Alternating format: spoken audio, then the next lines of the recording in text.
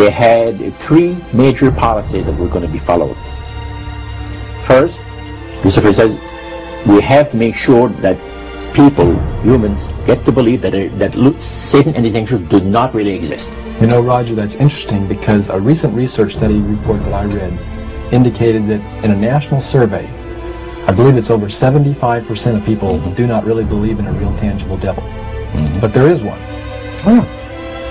The next thing, the three parts policy that they had adopted there, the second one was to find a way of being able to get total control of people's minds. And that would be done by taking hypnotism out of the realm of the occult and introduce it as a new science for the benefit of mankind.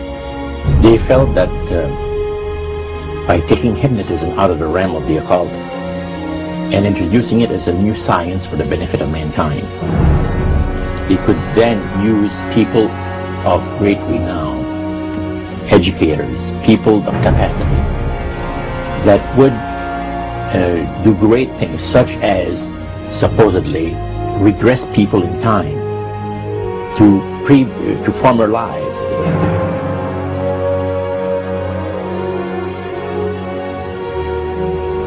And of course, after the session is over, the person would not know a thing about ancient history.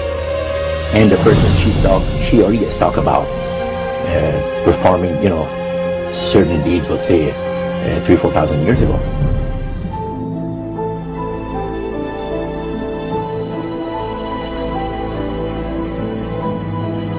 But this was their strategy. Now, what this would do for the thing is this, that it would create in the minds of the general public, solidly set in the mind of the general public, an unwavering trust in that great deception.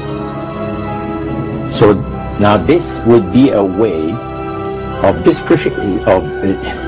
de-Christianizing the Western world through the avenue of mysticism.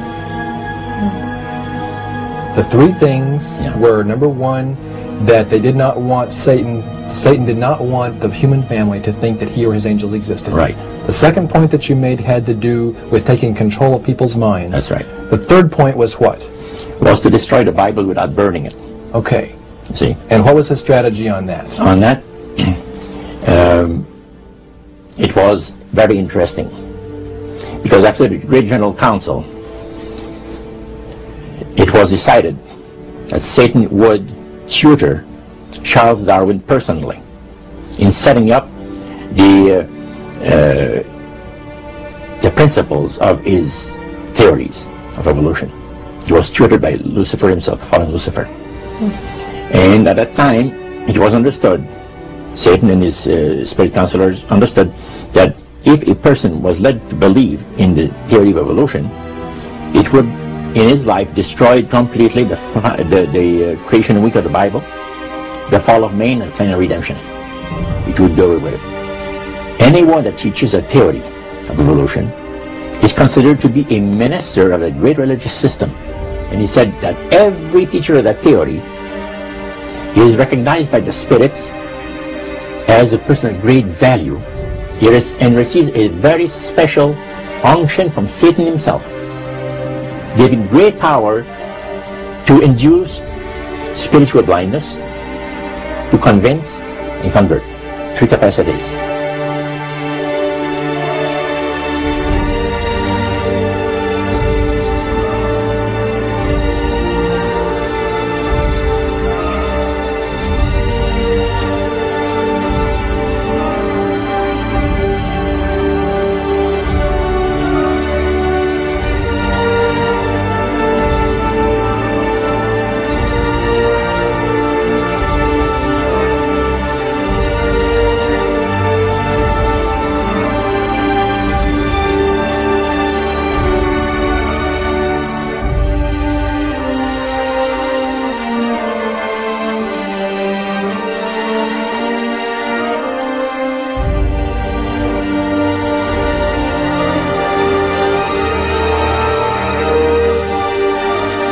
Is the grain plain, the master's grain plain, for harvesting the nations, for harvesting the multitudes of the earth. into his cause just before the close of the great controversy between the forces of good and evil. It's going to be done in a unique manner. This rain plans is going to take people are going to eat the stuff, because it says spirits, demon spirits, will declare themselves to be inhabitants of far distant planets in the galaxies that are coming to warn the inhabitants of planet Earth of the impending destruction of the planet unless something seriously proper is done to avoid it.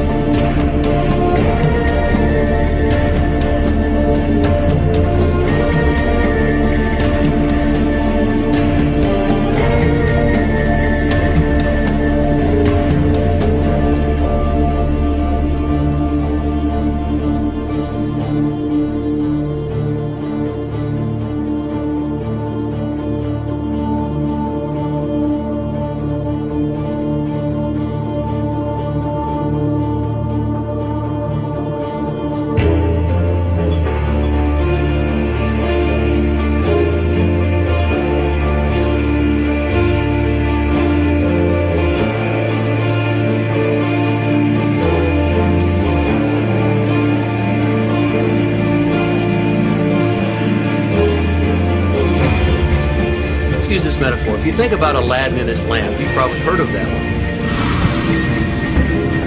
The genie always says one thing. Your wish is my command. You know, the universe is this great genie, and your conscious mind is Aladdin. It formulates the intention of what you choose for your life.